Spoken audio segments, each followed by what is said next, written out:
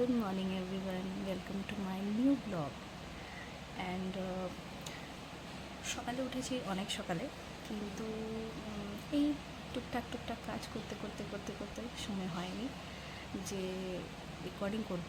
তাই এখনও বাড়ির কিছু কাজ করছি, জল খাবার দিয়ে দিয়েছি, সবাই খেয়েছে, হাজব্যান্ড কাজে বেরিয়ে গেছে। এবার আমি বাড়ির কিছু কাজ করে নিই, সাথে রান্নাও করতে হবে। তাই আপনাদের সাথে একটু ভাবলাম গুড মর্নিং করি, জানাই। আর আমার মা এখন শাশুড়ি মা বসে বসে কী করছে দেখি, আমার মা কি করছে দেখি। মা কি করছো, কি করছো? লিখছি একটু। গুড মর্নিং বলো সবাইকে। Good morning, good morning, good morning. তাহলে আমরা কি করছি এখন? তুমি কি করছো? আমি তো একটু- বাড়ির একটু কাজ করছি, আমি একটু লেখাপড়া করছি, লেখাপড়া চেষ্টা করছি। করছি লেখাপড়ার একটু, কিন্তু এখন তো বুড়ো বয়সে সবটা তো ব্রেন কাজ করে না, তো সেই ব্রেন কি নিয়ে কাজ করে। লিখছো বলো, কি নিয়ে লিখছো একটু গীতার ভিউয়ারকে কতগুলো- জানাও। গীতার কিছু কিছু টুকরো টুকরো কথা তুলে নিচ্ছি, শ্লোক তুলছি, আর সেই শ্লোকগুলোর ওপরে ব্যাখ্যা করার চেষ্টা করছি বাহ। এবং তার ফিলোসফিটা আমি নিজেও বোঝার চেষ্টা করছি, যাতে ওই ফিলোসফি আমি নিজে বুঝে অপরকে সেই ফিলোসফিটার তত্ত্ব কথা আমি বোঝাতে পারি। জানি না পারবো কিনা, কারণ এটা বড় কঠিন জায়গা। না, গীতা পারতে তো হবে। কেন ধরো, আমিও তো অনেক কিছুই জানি না। আমার মতন অনেকেই আছে যারা গীতা এখনো পড়েননি বা গীতার সম্পর্কে শোনেননি বা জানে না। আমিও জানি না, অনেক কিছু জানতাম না, এখন অনেকটা জেনেছি টুকটাক। মায়ের মানে মা জানিয়েছে আমাকে, যতটুকু জানিয়েছে। তাই মা এখন চেষ্টা করছে সেটা নিয়ে, যদি আমি মা ইউটিউবে কিছু এখনকার জেনারেশনের জন্য কিছু জানাতে পারে, কিছু মেসেজ ছাড়তে পারে, যেটা এখনকার জেনারেশন অনেকেই অনেক কিছু জানে না, সেটার ক্ষেত্রেই মা লেখাপড়া করছে বসে। করছি। গীতাটা বড্ড কঠিন ব্যাপার, এটার ফিলসফি, এটার তত্ত্ব এবং এটার তথ্য বড্ড কঠিন। নিজে সেই সমস্ত ভাবধারা নিজে যদি না বুঝতে পারি, তাহলে আমি এক্সপ্লেনেশনটা করব কেমন করে? তাই চেষ্টা করছি অনেকগুলো গীতা খুলে তার মানে, তার তত্ত্ব কথা, তিনি কি বলতে চাইছেন বোঝবার চেষ্টা করছি আমি, যাতে আপনাদের সবাইকে যদি বোঝাতে পারি, যদি ভালো লাগে, তাহলে আপনারা সেটাকে নিয়ে বলবেন যে হ্যাঁ ভালো লেগেছে, আবার আমি চেষ্টা করব। সবাইকে জানিয়ে দিই, মায়ের ইউটিউব হচ্ছে তৃপ্তি ঘোষ নামে, তৃপ্তি দাস ঘোষ আছে। একটু সবাই একটু সার্চ করবেন, একটু ফলো করবেন।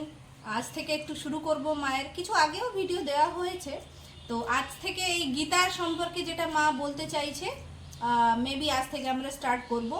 আর ফলো করবেন, একটু দেখবেন, ভালো লাগলে কোয়েশ্চেন করবেন।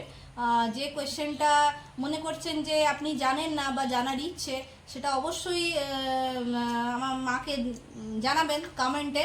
মা পারলে আপনাকে আনসার দেবে, পারলে কি মানে ডেফিনেটলি আনসার দেবে মা। তো এটা এইটুকু বললাম, সবাই একটু সাপোর্ট করবেন মায়ের চ্যানেলটাকেও। আর আমরা এখন আমি চললাম এখন ঘরের কাজ করব। আচ্ছা করো, গিয়ে তোমাকে একটু চা খাওয়াবো। আচ্ছা ওকে, বেশ, চা খাইয়ে কাজ Thank করে you, হ্যাঁ। তারপরে আমি রান্নায় লাগবো। ওকে। হ্যাঁ, ছেলে তো পালিয়ে গেল কাজে। আমরা এখন দুজনে মিলে আছি, ডাল ভাত সিদ্ধ খেয়ে নিলেই আমাদের কোনো প্রবলেম যাবে। অ্যারাইজ করবে না। হ্যাঁ। আমি কিছুটা লেখালেখি করছি, ও কিছুটা কাজ করতে আর যাচ্ছে। বাইরে যেটা কালকে সবাইকে দেখিয়েছিলাম, কাজটা এখনো চলছে।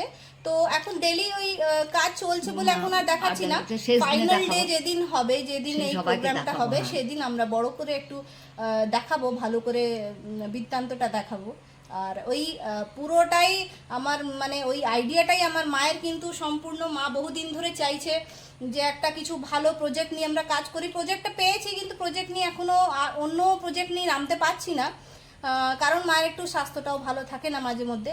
কিন্তু এইটা হচ্ছে আমাদের গোটা মানে মানে দেশ জুড়ে আমরা একটা মেসেজ দিতে চাইছি যে প্লিজ সবাই একটা করে প্লান্টেশন করুন, গাছ প্রত্যেকটা লাগান। মানুষ গাছ লাগান, যাতে আমরা ভালো টাইমে সব সময় ভালো ওয়েদার পাই, ভালো অক্সিজেন পাই, আর রোগমুক্ত থাকি, সবাই সব সময় রোগমুক্ত থাকি।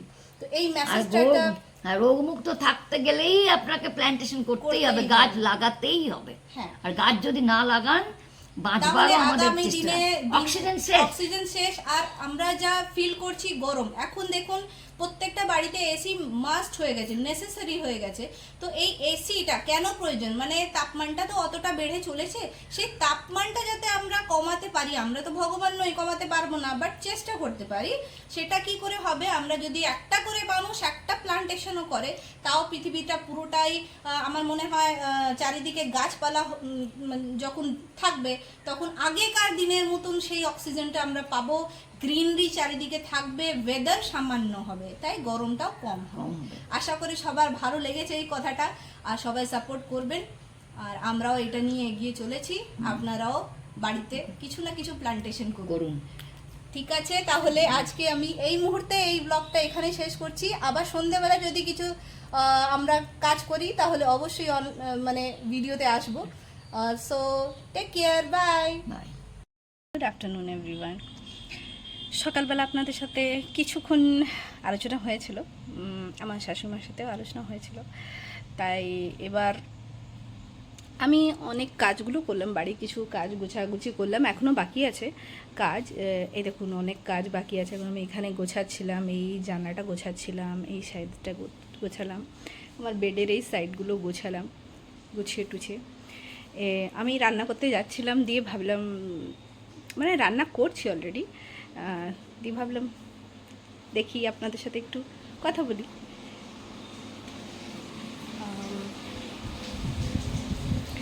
এই যে আমি রান্না করছি, এখানে ভাজা হচ্ছে,